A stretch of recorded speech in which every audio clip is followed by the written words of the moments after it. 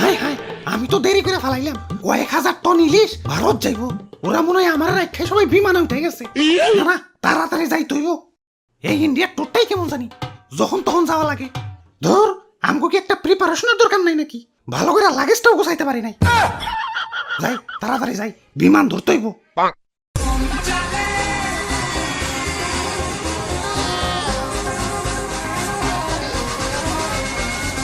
আরে ও দাদু সোলো চালাও, আমার থুইয়া যাবার লাগছো গেলা। রে বাপুরে, ইয়া শুনমাই নাকি ইলিশ তো সব ভারত চলে যাইতাছে।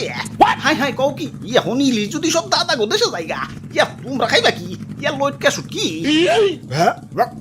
শুটকি মাছের গন্ধ আমি সহ্য করতে পারি না। দাদা তাড়াতাড়ি আহিন ভাই, ইলিশ বর্ডার ক্রস করার আগেই পদ্মার পার যায় আমাকে ইলিশ ভাজা খাইতে হইব।